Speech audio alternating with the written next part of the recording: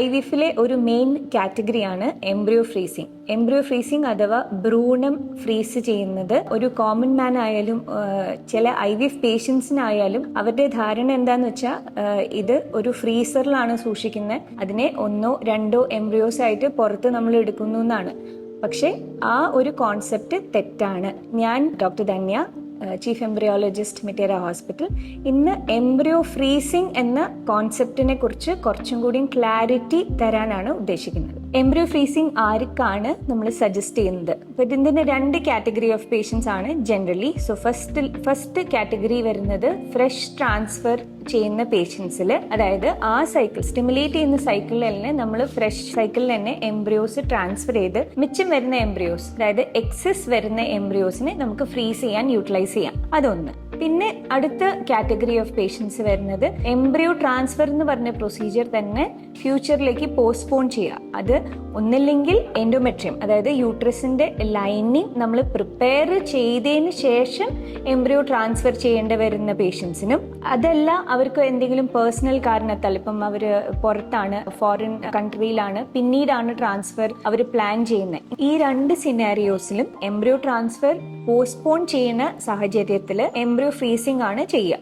Embryo freezing എന്ന് പറഞ്ഞ പ്രൊസീജിയറിൽ എന്താ ചെയ്യുന്നതെന്ന് നമുക്ക് നോക്കാം. എംബ്രിയോസിനെ ക്രയോ പ്രൊട്ടക്റ്റന്റ്, അതായത് ക്രയോ എന്ന് വെച്ചാൽ ഫ്രീസിംഗ് പ്രോസസ്, പ്രൊട്ടക്റ്റന്റ് എന്ന് വെച്ചാൽ അതിന് പ്രൊട്ടക്ഷൻ ഓഫർ ചെയ്യുന്നത്. ഇപ്പൊ ക്രയോ പ്രൊട്ടക്റ്റന്റ് ഉള്ള മീഡിയയിലാണ് എംബ്രിയോസിനെ ഇടുന്നത്. എന്നിട്ട് ഇതിനെ നമ്മൾ sub-0 ടെമ്പറേച്ചറിലേക്ക് നമ്മൾ എക്സ്പോസ് ചെയ്യും. അപ്പൊ ഈ sub-0 ടെമ്പറേച്ചറിലേക്ക് കൊണ്ടുവരാനായിട്ട് യൂസ് ചെയ്യുന്ന മീഡിയമാണ് ലിക്വിഡ് നൈട്രജൻ. അപ്പൊ ലിക്വിഡ് നൈട്രജൻ എന്ന് പറഞ്ഞാൽ അതിന്റെ ശരിക്കുള്ള ടെമ്പറേച്ചർ -196 ആണ്.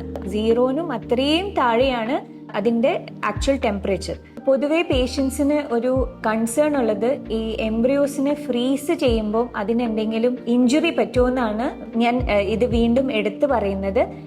നമ്മൾ എംബ്രിയോസിനെ പ്രൊട്ടക്റ്റ് ചെയ്യാൻ യൂസ് ചെയ്യുന്ന മീഡിയമാണ് ക്രയോ പ്രൊട്ടക്റ്റന്റ്. അപ്പോൾ ക്രയോ പ്രൊട്ടക്റ്റന്റ് അതിന് പ്രൊട്ടക്ഷൻ ഓഫർ ചെയ്യും. -196 ഡിഗ്രി ടെമ്പറേച്ചറിലേക്ക് എക്സ്പോസ് ചെയ്യുമ്പം ഇതിന്റെ കംപ്ലീറ്റ് ആയിട്ട് അറസ്റ്റ് ചെയ്യുന്നത്. ഇപ്പം അതിന്റെ ലൈഫ് പ്രോസസ് അറസ്റ്റ് ചെയ്യും, വിത്ത് പ്രൊട്ടക്ഷൻ അറസ്റ്റ് ചെയ്യുന്നതുകൊണ്ട് അതിന് ഇഞ്ചുറി പറ്റാണ്ട് അത് അങ്ങനെ ഫ്രീസ് ആയി ഇരിക്കും. ഇനി ഇത് ഫ്രീസ് ചെയ്യാൻ യൂസ് ചെയ്യുന്ന ഇൻസ്ട്രുമെന്റ് അല്ലെങ്കിൽ കാരിയേഴ്സ്, ഇതെല്ലാം നമ്മൾ ചെയ്യുന്നത്, അതായത് എൻറ്റയർ ഫ്രീസിങ് പ്രോസസ്സ് ചെയ്യുന്നത് ഒരു IVF ലാബിലാണ്.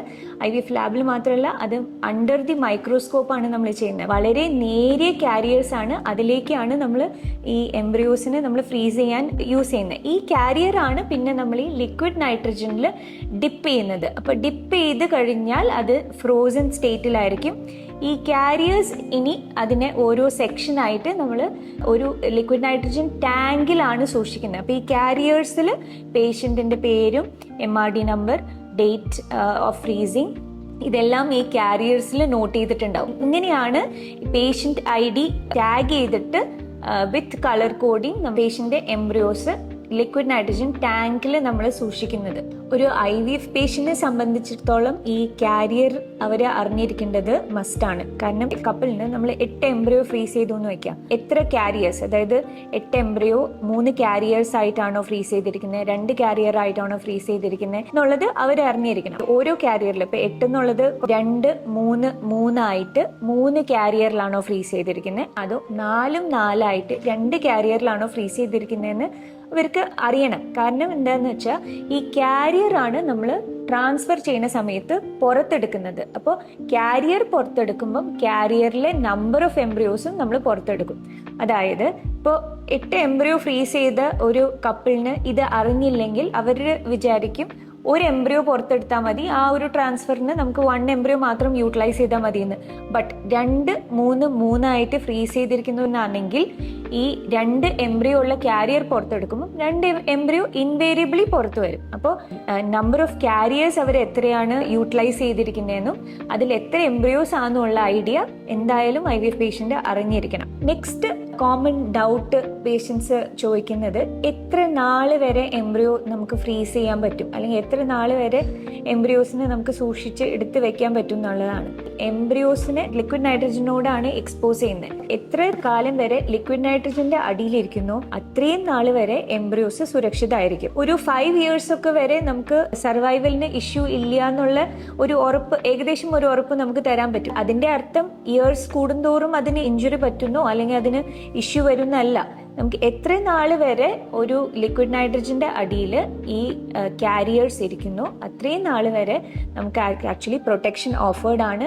എംബ്രിയോ ഫ്രീസിന്റെ ഡ്യൂറബിലിറ്റി, അതിന്റെ കറക്റ്റ് ആൻസർ എന്ന് പറഞ്ഞാൽ ക്വാളിറ്റി അഷ്വറൻസ് അല്ലെങ്കിൽ ക്വാളിറ്റി കൺട്രോൾ ചെയ്ത് നടത്തുന്ന ഏതൊരു ലാബിനും ഇയേഴ്സ് ഓഫ് അഷ്വറൻസ് എന്തായാലും ഉറപ്പുവരുത്താൻ പറ്റും.